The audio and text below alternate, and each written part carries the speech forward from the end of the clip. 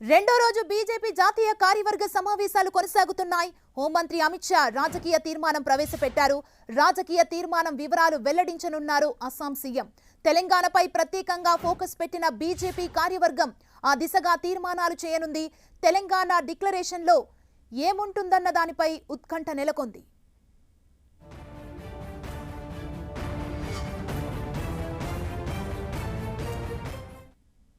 ఇక ఇదే అంశానికి సంబంధించి మరింత సమాచారాన్ని మా ప్రతినిధి కొండలు అందిస్తారు. కొండలు చెప్పండి, తెలంగాణ డిక్లరేషన్ లో ఏముంటుందన్న దానిపై తీవ్ర ఉత్కంఠ అయితే నెలకొంది. దీనికి సంబంధించి భేటీలో ఎలాంటి చర్చ జరుగుతోంది? రెండో రోజు జాతీయ కార్యవర్గ సమావేశంలో ప్రధానంగా రాజకీయ అంశాలపైన చర్చ, అదేవిధంగా తీర్మానం కూడా ఉండబోతుంది. ఇప్పుడు ఈ రాజకీయ అంశాలతో రాజకీయ తీర్మానం ఉండడం అన్నదే చాలా హాట్గా మారింది. ఎందుకంటే దేశవ్యాప్తంగా బీజేపీ హ్యాట్రిక్ కొట్టాలన్న ఒక లక్ష్యంతో ముందుకెళ్తుంది. కాంగ్రెస్ ముక్త్ భారత్ అని ఇప్పటికే ఒక నినాదం తీసుకున్న బీజేపీ దానికి అనుగుణంగానే రాజకీయ ఎత్తుగడలతో ముందుకెళ్తుంది. ఇప్పటికీ దేశవ్యాప్తంగా దాదాపు 19 రాష్ట్రాల్లో బీజేపీ మిత్రపక్షాలతోని అధికారంలో ఉన్న పరిస్థితి ఉంది. కాబట్టి హ్యాట్రిక్ కొడితే దేశవ్యాప్తంగా బీజేపీ అధికారంలోకి రావాలని ఒక లక్ష్యం ఉంది. రెండోది, ఇక్కడ ఎగ్జిక్యూటివ్ సమావేశాలు ఇక్కడ జరుగుతున్న నేపథ్యంలో ఇక్కడ తెలంగాణలో అధికారంలోకి రావాలన్న ఒక లక్ష్యం కూడా బీజేపీ పెట్టుకుంది. కాబట్టి ఈరోజు జరిగే ఈ రాజకీయ తీర్మానం అన్నది చాలా ప్రాధాన్యత సంతరించుకుంది. దీనికి అనుగుణంగానే బీజేపీ ఎత్తుగడలు, బీజేపీ వ్యూహాలు ఉండబోతున్నాయని చెప్పుకోవచ్చు. ఈ రాజకీయ తీర్మానాన్ని కేంద్ర మంత్రి, హోంశాఖ మంత్రి అమిత్ షా దీన్ని ప్రవేశపెట్టడం జరిగింది. దీనిపైన సుదీర్ఘంగా చర్చ జరుగుతుంది. దీంట్లో భాగంగా దేశవ్యాప్తంగా ఇప్పటికే విపక్షాలు బీజేపీని టార్గెట్ చేస్తున్న అంశాలు ఏంటి, ఆ అంశాలకు తాము ఏ విధంగా కౌంటర్ ఇవ్వాలి అన్నది ప్రధానంగా బీజేపీ తీసుకోబోతుంది. ఇప్పటికే దేశవ్యాప్తంగా అనేక అంశాలు ఉన్నాయి. పెరిగిన పెట్రోల్ ధరలే అనుకోండి, అదేవిధంగా నుపూర్ శర్మకు సంబంధించిన వివాదాస్పద వ్యాఖ్యలు అనుకోండి, మతం పరంగా బీజేపీ దేశాన్ని విచ్ఛిన్నం చేస్తుందన్న ఒక విమర్శలను, దాడిని ప్రతిపక్షాలు బీజేపీ టార్గెట్ చేస్తున్న పరిస్థితి ఉంది. వీటన్నిటికీ సమర్థవంతంగా కౌంటర్ ఇవ్వాలన్నదే ఉంది. దీనికి విపక్షాలకు గట్టి సమాధానం ఇస్తూ ఏ విధంగా ముందుకెళ్లాలన్నది, రాజకీయంగా అప్పర్ హ్యాండ్ ఏ విధంగా తీసుకోవాలన్నది బీజేపీ రాజకీయ తీర్మానం ఉండబోతుంది. అది కూడా ఏ రాష్ట్రానికి ఏ స్ట్రాటజీతో ముందుకెళ్దామన్నది కూడా ఈ రాజకీయ తీర్మానంలో భాగంగా చర్చ జరగబోతుంది.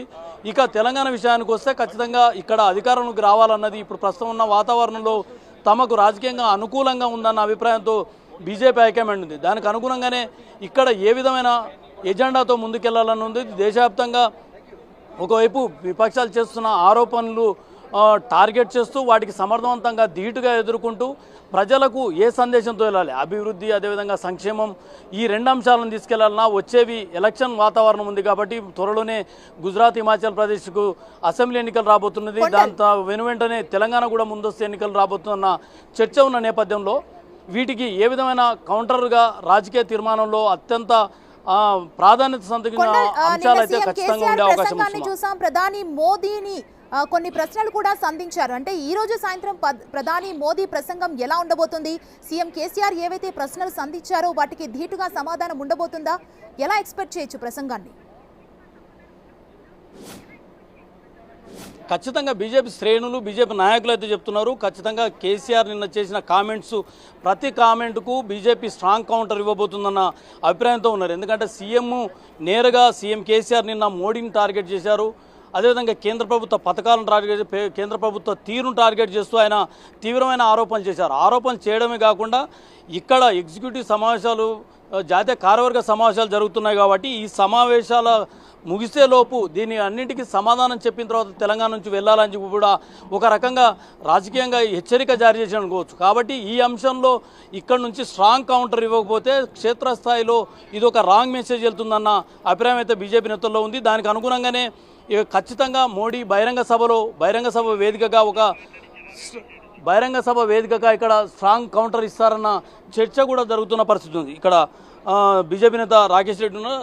ఏంటి ఈరోజు రాజకీయ వాతావరణం, రాజకీయ అంశాలపైన తీర్మానం జరిగింది, ఎట్లా ఉండబోతుంది బీజేపీ స్ట్రాటజీ? దేశ ప్రధానితో సహా 18 రాష్ట్రాల ముఖ్యమంత్రులు, కేంద్ర మంత్రులు అందరూ వస్తే కనీసం వాళ్లకు గౌరవం ఇచ్చి మర్యాద ఇవ్వాల్సింది పోయి ముఖ్యమంత్రి ఇంత దిగజారి మాట్లాడడం నిజంగా చాలా చాలా దురదృష్టకరం. ఈయనకు భారతీయ జనతా పార్టీని చూస్తే ఆయన కూసాలు కదులుతున్నాయి, వణుకు పుడుతూ ఉన్నది, బీజేపీ ఫోబియా పట్టుకున్నది. అందుకనే ఈ రకమైనటువంటి వ్యాఖ్యలు చేస్తున్నాడు. కేసీఆర్ పచ్చి రాజకీయ వ్యభిచారి. ఆయన రాజకీయ స్వలాభాల కోసం ఎంతకైనా దిగజారుతాడు. కానీ బీజేపీ నిన్న కేసీఆర్ చేసిన వ్యాఖ్యలు ప్రధాని ఒక సేల్స్మెన్ గా వ్యవహరిస్తున్నాడు, ప్రధానిగా కాదు అన్నది ప్రధానమైన ఆరోపణ. దీన్ని ఏ విధంగా బీజేపీ కౌంటర్ చేస్తుంది? అంటే పచ్చకామర్లోనికి లోకమంతా పచ్చగానే కనబడ్డట్టు ఆయన మొత్తం తెలంగాణను సేల్కు పెట్టిండు కాబట్టి, మొత్తం స్కీములన్నీ స్కాములు చేసి మొత్తం దోచుకుంటున్నారు కాబట్టి దేశంలో కూడా ఇతర నాయకులు అట్లనే చేస్తున్నారని ఆయన ఊహించుకొని మాట్లాడుతున్నాడు. ఇది చాలా దురదృష్టకరం. ప్రధానమంత్రి నరేంద్ర మోదీ గారు ఛాయ్ అమ్ముకునేటువంటి వ్యక్తి నుంచి చిత్తశుద్ధితో ప్రజలకు సేవ అందించి అంచెలంచెలుగా ఇది ప్రధానమంత్రి రెండోసారిగా పూర్తి మెజార్టీతో గెలుపొందడం జరిగింది. అలాంటి వ్యక్తి మీద ఈ రకంగా మాట్లాడడం దురదృష్టకరం. Narendra Modi is not a salesmen, is a symbol of selfless service, is the son of the soil. కాబట్టి ఈ రకమైనటువంటి వ్యాఖ్యలను ప్రజలు ఎవరు కూడా హర్షించారు, తెలంగాణ ప్రజలు ఎవరు కూడా హర్షించారు. తెలంగాణ ప్రజలు మర్యాదతో వ్యవహరించేటువంటి ప్రజలు. కాబట్టి ఇట్లా ముఖ్యమంత్రి ప్రధానమంత్రి మీద ఈ వ్యాఖ్యలను ఎవరు కూడా హర్షించారు. ఆయన కూలగొడతా అంటాడు, ఏదో ప్రభుత్వాన్ని నేను కూలగొడతాను. అది ఈయన ఎట్లుంటుంది అంటే కొండకు ఎంటుకలు బట్టి గుంజేటువంటి ప్రయత్నం చేస్తాడు. అది వస్తుందా? కొండ వస్తుందా? కాబట్టి ఇది సాధ్యం కాదు ఆయనకి. భారతీయ జనతా పార్టీ కేంద్ర ప్రభుత్వాన్ని కూలగొట్టడం అంటే అది మేకపోయి కొండను గుద్దినట్టే. కానీ కొందరు కేంద్ర మంత్రులు, కొందరు బీజేపీ నేతలు కూడా చెప్తున్నారు త్వరలోనే తెలంగాణలో టీఆర్ఎస్ ప్రభుత్వం కూలిపోబోతుందని కూడా చెప్తున్నారు. దీనికి ఎట్లా? అంటే ప్రజలు కూలుస్తారండి. ప్రజాస్వామ్యంలో ప్రజలే ప్రభుత్వాన్ని ఎన్నుకుంటారు, ప్రజలే ప్రభుత్వాన్ని కూలుస్తారు. కాబట్టి ప్రజలు కూల్చడానికి సిద్ధంగా ఉన్నారు. కాబట్టి మేము అదే చెప్తున్నాం, తప్పకుండా ప్రజాస్వామ్యయుతంగానే మేము ప్రభుత్వం ఏర్పాటు చేస్తామని చెప్తున్నాం. 100% ఏర్పాటు చేసి తీరుతాం. కేసీఆర్ కేటీఆర్లు బట్టలు చింపుకొని ఖైరతాబాద్ చౌరస్తాలో కూర్చొని అరిచి గీపెట్టినా కూడా ఇక్కడ కాషాయ జెండా ఎగరడం ఖాయం. అంటే ఏంటి స్ట్రాటజీ ఏంటి? మీ ధీమా ఏంటి? ఏం స్ట్రాటజీతో వెళ్ళబోతుంది? ఈరోజు ప్రజల్లో కేసీఆర్ మీద నమ్మకం పోయింది. మీరు చూడండి, 1వ తారీఖు జీతాలు ఇవ్వలేకపోతున్నాడు, రైతు బంధు రాలేదు, రుణమాఫీ కాలేదు. ఈరోజు బడులు ప్రారంభమైనా కూడా చాక్ పీసులు కొనడానికి డబ్బులు లేవు. బడులు ప్రారంభమైనాక కనీసం పుస్తకాలు కూడా ప్రింట్ కాలే ఇప్పటివరకు. రాష్ట్రానికి ఇవ్వాల్సిన నిధులలో కేంద్ర ప్రభుత్వం వివక్ష చూపుతుంది కాబట్టి ఈ ఆర్థిక పరమైన కష్టాలు ఉన్నాయన్నది రాష్ట్ర ప్రభుత్వం చెప్తున్న వాదన. ఎందుకు ఆ వివక్ష ఎందుకు చూపాల్సి వస్తుంది? కేంద్రము ప్రతి రాష్ట్రానికి కూడా ఫైనాన్స్ కమిషన్ సూచించినటువంటి ఫార్ములా ఆధారంగా నిధులను పంచుతుంది. ఆయనకు చట్టం తెలియకపోతే తెలుసుకోవాలి. కేంద్రము ఫైనాన్స్ కమిషన్ సూచించినటువంటి ఫార్ములాతో ఎంతైతే నిధులు ఇవ్వాలో అన్ని నిధులు ఇచ్చింది. కానీ నీ యొక్క దుబారా వల్ల, అవినీతి వల్ల, క్రమశిక్షణ రాహిత్యం వల్ల ఈరోజు ఖజానా మొత్తం ఖాళీ అయిపోయింది. మొత్తం 50,000 కోట్ల రూపాయల బకాయిలు చెల్లించేది ఉందండి. కాంట్రాక్టర్లు డబ్బులు చెల్లించడం లేదు, సర్పంచులకు బిల్లులు చెల్లించకపోతే వాళ్ళు ఉపాధి హామీ కూలీ చేస్తున్నారు, ఆత్మహత్యలు చేసుకుంటున్నారు. కాబట్టి నీ ఫెయిల్యూర్ను కేంద్రం మీద రుద్దాలని చూస్తే మాత్రము ప్రజలు ఎవరు కూడా నమ్మడానికి సిద్ధంగా లేరు. నిన్న పరిపాలనకు సంబంధించినకో పార్టీకి సంబంధించినకో సంస్థాగతంగా చర్చ జరిగింది. ఈరోజు రాజకీయపరమైన చర్చలో ప్రధానంగా బీజేపీ ఎజెండా ఏముండబోతుంది తెలంగాణ విషయాన్ని? ముఖ్యంగా కుటుంబ పార్టీలకు బుద్ధి చెప్పాలి, కుటుంబ పార్టీలను కొల్లగొట్టాలి అనే దాని మీద చర్చ జరుగుతుంది. ప్రధానంగా ఏంటంటే 1200 మంది ఆత్మ బలిదానం చేసుకుంటే తెలంగాణ వచ్చింది. భారతీయ జనతా పార్టీ 1997లో కాకినాడ తీర్మానం చేసి వివిధ దశల్లో పోరాటం చేసి పార్లమెంటు ప్రక్రియలో ప్రధాన భూమిక పోషిస్తే తెలంగాణ వచ్చింది. కాబట్టి ఆ తెలంగాణ ఆగం కాకుండా చూడాల్సినటువంటి బాధ్యత మా మీద ఉన్నది. ఈరోజు 1 కోటి కుటుంబాలు కొట్లాడితే భారతీయ జనతా పార్టీ ముందు పడితే జేఏసీ ముందుంటే తెలంగాణ వచ్చింది. అటువంటి తెలంగాణలో ఈరోజు ప్రజాస్వామ్యం కూని అవుతున్నది. కాబట్టి ఆ ప్రజాస్వామ్యాన్ని పరిరక్షించడానికి మరి కావాల్సిన అన్ని చర్యలు కూడా భారతీయ జనతా పార్టీ అదే వచ్చిన తెలంగాణలో తెలంగాణ ప్రయోజనాలకు బీజేపీ మొండి చేయి చూపుతుంది. 7 మండలాల్ని ఏపీలో విలీనం చేయడం అన్నది కూడా ప్రధానంగా ఒక వాళ్ళు ఆరోపణలు చేస్తున్నారు. ఈ 7 మండలాలకు సంబంధించి అనుకోండి, ఐటీఆర్కి సంబంధించి ఇవన్నీ కూడా తెలంగాణ ప్రయోజనాలు కావా అంటున్నారు. అప్పుడు కేసీఆర్ గారు పార్లమెంట్లో బిల్లు పెట్టినప్పుడు ఆయన ఎక్కడ పడుకున్నాడు? ఆయనకు సోయి లేదా? అప్పుడు మరి 7 మండలాలు అక్కడ పోతున్నాయని సోయి లేదా? బీజేపీ అధికారంలోకి వచ్చిన తర్వాత 7 మండలం విలీనం చేసింది కదా. అరే మేము ఆర్డినెన్స్ తీసుకొచ్చినామండి, కానీ అది అప్పుడే నిర్ణయం అయింది. మరి అప్పుడు సోయి లేనటువంటి వ్యక్తి ఇప్పుడు ఎందుకు మాట్లాడుతున్నాడు? ఒకటి రాజకీయ వ్యభిచారి కాబట్టి ఇట్లా మాట్లాడతారు. ఆయన ఎంతకైనా దిగజారుతారు ముఖ్యమంత్రి గారు.